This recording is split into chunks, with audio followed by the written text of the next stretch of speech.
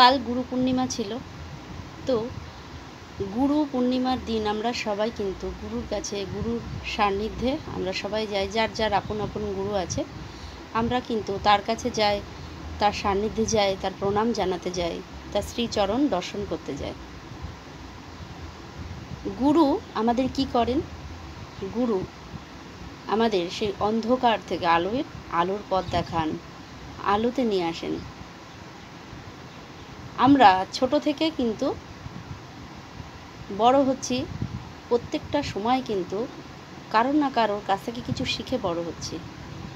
যার কাছে যা শিখছি সেই কিন্তু আমার গুরুই হয়ে যাচ্ছে। আমরা সেটা অনেক সময় মানি, অনেক সময় মানি না। কাউকে গুরু বলে মানতে আমাদের ভালো লাগে, লাগে না, সেটা যার যার ব্যক্তিগত ব্যাপার। কিন্তু এই যে পড়াশুনো থেকে শুরু করে ছোট থেকে শেখা, প্রথম শিক্ষা গুরু আমাদের কিন্তু মা, বাবা, বাড়ির পরিজনরাই হয়।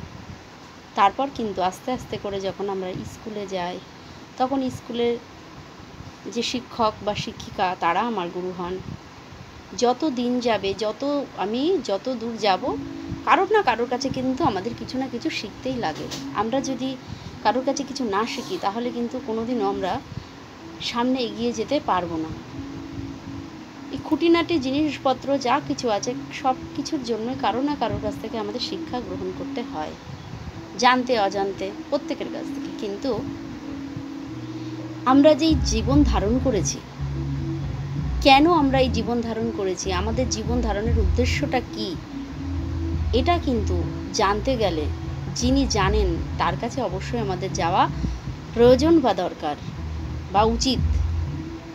আমরা সেই গুরুর কাছে যাই, যে গুরু সচ্চিদানন্দ স্বরূপ, যিনি গুরু, তার কাছে গেলে আমাদের এই যে কি কারণে আমরা জন্মগ্রহণ করেছি, কেন এসেছি পৃথিবীতে, কি প্রয়োজন, কিভাবে চলবো, এই যে আমরা যে চলছি জীবন পথে, কতটা ঠিক চলছি, কতটা ভুল চলছি, সব কিছু আঙুল দিয়ে দেখিয়ে দেবেন সেই গুরু, যিনি সচ্চিদানন্দ।